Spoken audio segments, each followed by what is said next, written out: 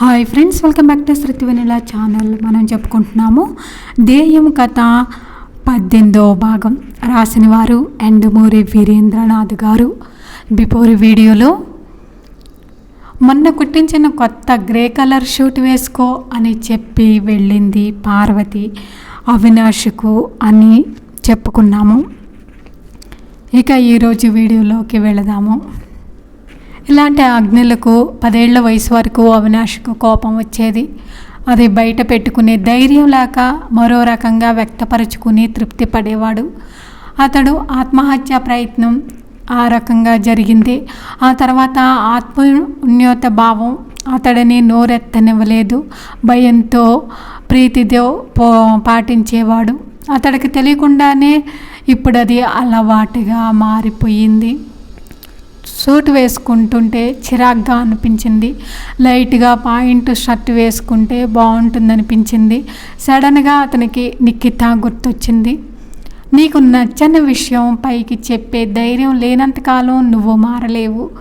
ఎదుటి వారికి హాని కలిగించినది నీ తృప్తికి సంబంధించినది అయినప్పుడు అది అమల్లో పెట్టకపోవటం ఒట్టి పిరికితనం అంటుందామా. వింటుంటే అది అక్షరాల నిజం అనిపిస్తుంది. కానీ ఆచరణలో పెట్టాల్సి వచ్చేసరికి ఏదో బెరుకు. ఎందుకు వచ్చిన గొడవలే అనుకున్నాడు. అవినాష్ ఇంకా కాలేదా? తండ్రి అరుపుకి బయటకు పరుగు పెట్టాడు అవినాష్. పార్టీలో ఎక్కువ జనం లేరు. పరమానందయ్య గారు పెద్ద కూతురు, అల్లుడు 4 రోజులు హాలిడేస్ కోసం అమెరికా నుంచి వచ్చారు. వాళ్ళు కాక ఆయన తమ్ముడు కుటుంబం మాత్రం ఉన్నారు. మా పెద్దమ్మాయి ఇంజనీరు, చాలా ఇంటెలిజెంట్, అమెరికాలో మంచి ఉద్యోగంలో ఉంది. రెండో అమ్మాయి నందినికే చదువు వంట పట్టలేదు. ఇంటర్లో ఆపేసింది. కానీ మిగతా విషయాల్లో చాలా చురుకు. అది లేకపోతే ఇల్లు చిన్నబోతుంది గర్వంగా చెప్పాడు ఆయన. మావాడు కూడా చాలా బ్రిలియంట్.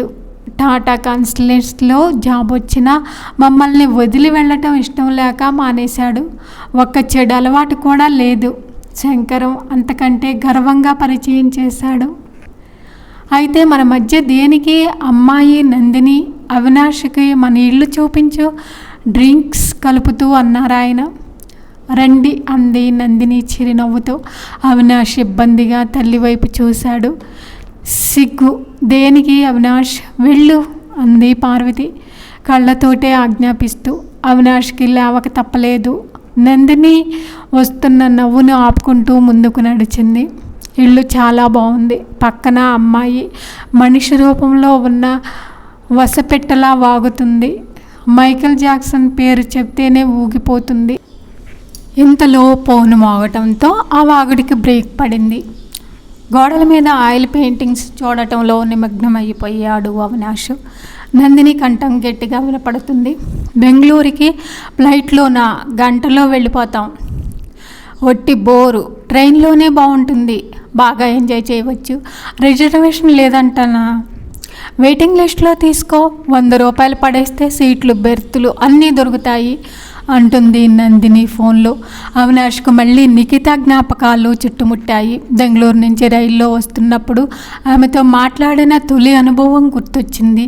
అన్నీ ఉన్న విస్తరాకే అణిగి మణిగి ఉంటుందన్న సూక్తి గుర్తొచ్చింది.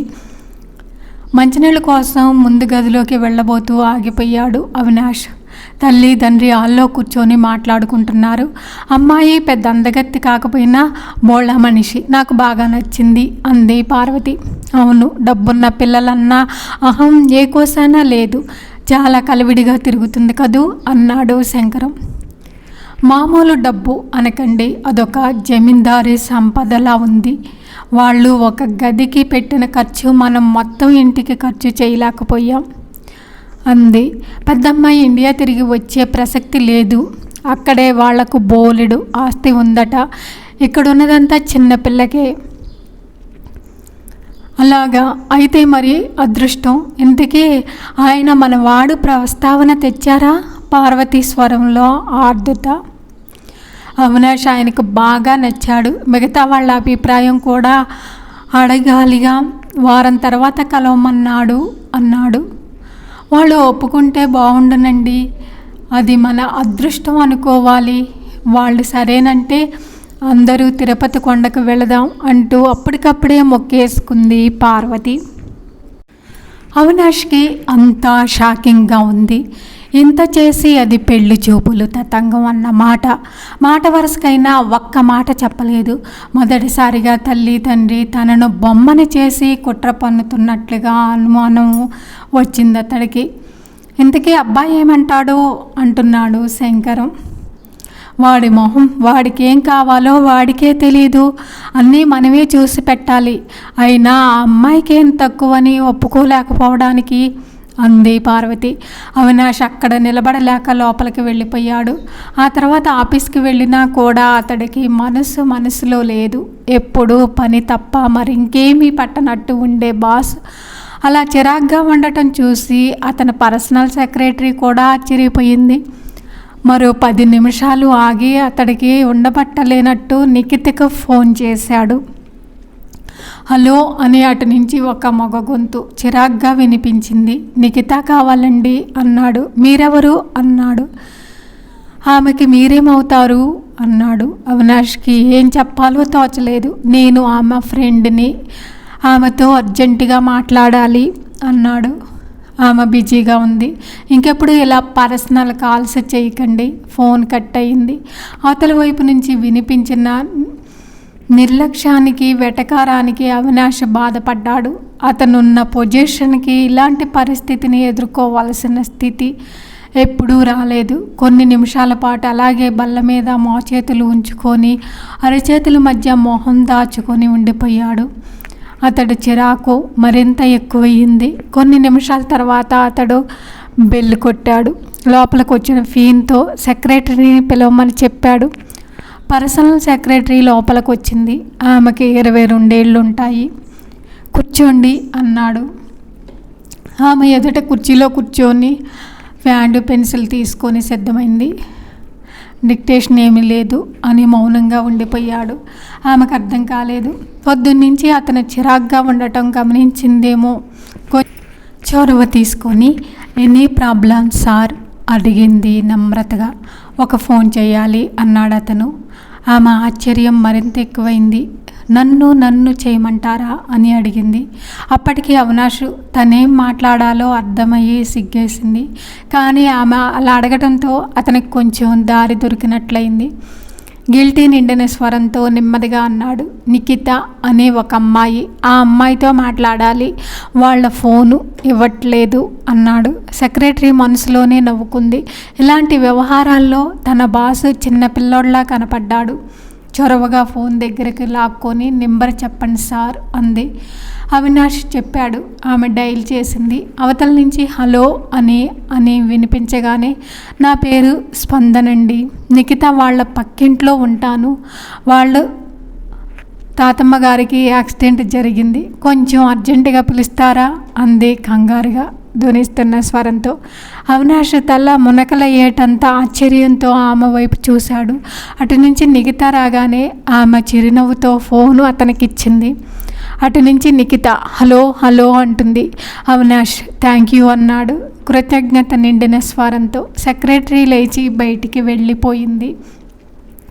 అటు నుంచి నిఖిత అవినాష్ అన్నాడు. ఈసారి ఆశ్చర్యపోవటం నిఖిత వంతైంది. ఇంతవరకు ఎప్పుడూ అవినాష్ ఇలా ఫోన్ చేయలేదు. ఏమిటి విషయం అవినాష్ అంది. నువ్వు అర్జెంటుగా బయటికి రా, నేను 5 నిమిషాల్లో మీ ఆఫీస్ దగ్గరుంటాను అన్నాడు. ఈసారి నిఖిత వంతయింది. ఇంతవరకు ఎప్పుడూ అవినాష్ ఇలా ఫోన్ చేయలేదు. ఏమిటి విషయం అవినాష్ అంది. నువ్వు అర్జెంటుగా బయటికి రా, నేను 5 నిమిషాల్లో మీ ఆఫీసు దగ్గరుంటాను అన్నాడు మళ్ళీ.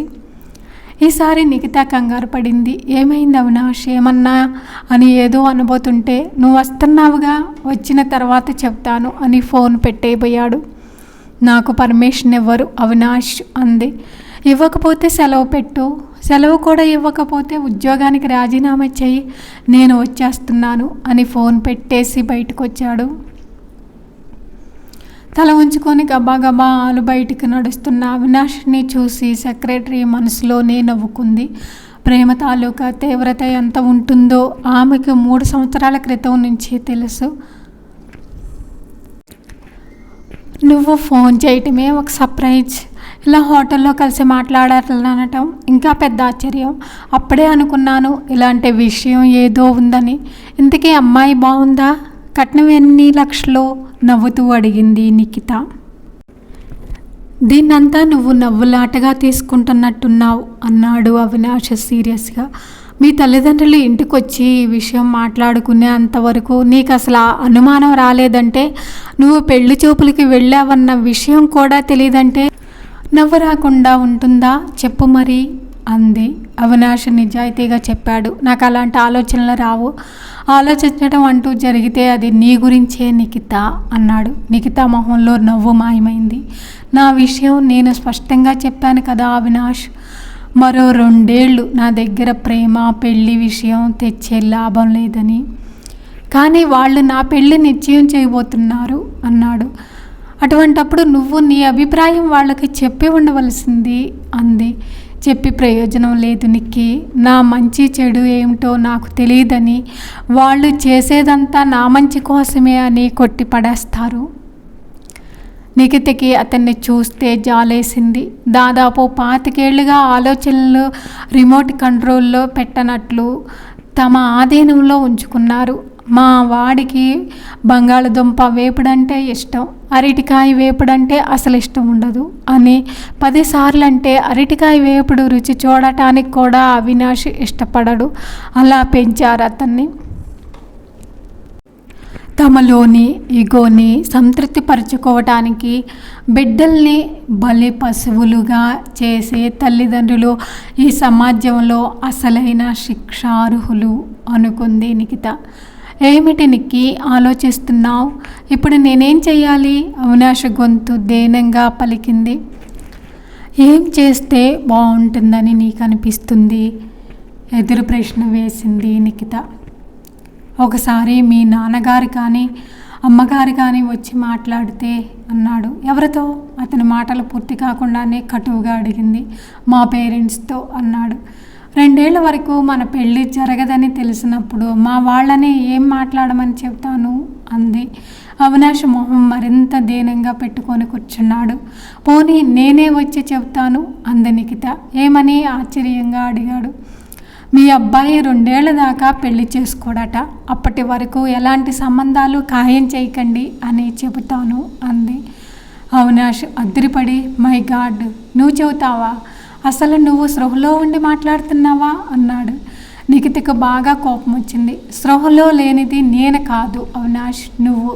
నీకేది నచ్చుతుందో ఏది నచ్చదో నువ్వు ఆలోచించుకోలేవు. మొట్టమొదటిసారి నా విషయంలో అలా ఆలోచించావు. అయినా కూడా నీ ఇష్టాయ గురించి నీ తల్లిదండ్రులకి చెప్పలేవు. స్పృహలో లేనిది నువ్వా నేనా అంది. అవినాష్ మాట్లాడలేదు. తల్లిదండ్రుల్ని ఎదిరించమని, వాళ్ళ ఇష్టానికి వ్యతిరేకంగా నడుచుకోమని చెప్పటం నా ఉద్దేశం కాదు అవినాష్. ఇది నీ జీవిత సమస్య. ధైర్యం చేసి నీ అభిప్రాయాన్ని బయట పెట్టుకో, లేకపోతే నష్టపోయేది నువ్వే. అందుకే ఇది నీకో పరీక్ష అనుకో. ఇందులో విజయం సాధించగలిగితే సుఖపడతావన్న నిజం గ్రహించు. లేదు ఇదంతా అక్కర్లేదు, నేను నా తల్లిదండ్రులు చెప్పిన మాటే వింటాను అని నువ్వు అనుకున్నట్లయితే నన్ను మర్చిపో. వాళ్ళు చూపించిన సంబంధం చేసుకో. నేను చెప్పిందల్లా ఏదో ఒక నిర్ణయం తీసుకో. ఆ నిర్ణయాన్ని అనుసరించు, ఆనందించు అంది. అంటే నన్ను ప్రేమించడం లేదా నిఖిత? తిరిగి జాలిగా అడిగాడు. ప్రేమిస్తున్నాను అవినాష్, కానీ ఈ ప్రేమ పెళ్ళిలోకి మారకపోతే దాని గురించి నేను నా మిగతా జీవితాన్నంతా విషాదంతో గడిపేయదలుచుకోలేదు. వ్యక్తిత్వం కావాలి అవినాష్ అంటూ లేచింది. మరి కొంచెం సేపు కూర్చో నిఖిత ప్లీజ్ అన్నాడు అవినాష్. మనం ఎంతసేపు మాట్లాడుకున్నా ఆ సంభాషణ ఈ పాయింట్ చుట్టూ తిరుగుతుంది. నువ్వు ఆలోచించు. నువ్వు చెప్తానంటే సరే, లేదంటే నేను వచ్చి మాట్లాడమంటే మాట్లాడతాను. అంతేకాని ఈ విషయంలో నా తల్లిదండ్రులు మాత్రం ఇబ్బంది పెట్టను అంది. అవినాష్ కూడా బిల్లు పే చేసి లేచాడు. నిఖిత అని నెమ్మదిగా పిలిచింది కౌసల్య. పుస్తకం చదువుతున్న నిఖిత తలెత్తి తల్లి వైపు చూసింది. త్వరలోనే నీ పెళ్ళి జరిగితే బాగుంటుందనిపిస్తుంది. నీ అభిప్రాయం ఏమిటి అంది. తండ్రి కూడా దూరం నుంచి సంభాషణ విని వీల్ చైర్ జరుపుకుంటూ దగ్గరికి వచ్చాడు. ఈ పరిస్థితిలో నాకు పెళ్ళేంటమ్మా? ఇంకో ఏడాది దాటితే అన్నయ్య సొంత ప్రాక్టీస్ పెట్టుకోవటమో ఏదో చేస్తాడు, అప్పుడు ఆలోచిద్దాం అంది దశరథ్ కల్పించుకుంటూ. అది కాదు నిక్కి, నాకు త్వరలోనే నయమవుతుందని మనందరం ఆశపడుతున్నాం తప్ప నా అసలు పరిస్థితి ఏమిటో నీకు కూడా తెలుసు. సరైన వయసులో పెళ్లి చేశామన్న తృప్తైనా మాకు మిగిలని అన్నాడు. అతనికి కిడ్నీ ఒకటి పూర్తిగా డ్యామేజ్ అయ్యింది, రెండోది కూడా ఎప్పుడు ఫెయిల్ అవుతుందో తెలియని పరిస్థితి. ఒకవేళ అది కూడా ఫెయిల్ అయితే కనీసం ఒకసారి డయాలసిస్ చేయించడానికి కూడా వాళ్ళ దగ్గర డబ్బులు లేవు. వెన్నుముక దెబ్బతిని తన కోసం మిగతా వాళ్ళ జీవితాన్ని పాడు చేయటానికి ఇష్టపడట్లేదు. ధ్యేయం తర్వాత భాగం నెక్స్ట్ వీడియోలో చెప్పుకుందాం. ఈ వీడియో మీకు నచ్చితే లైక్ చేయండి, కామెంట్ చేయండి. Please subscribe my channel. Thank you for watching.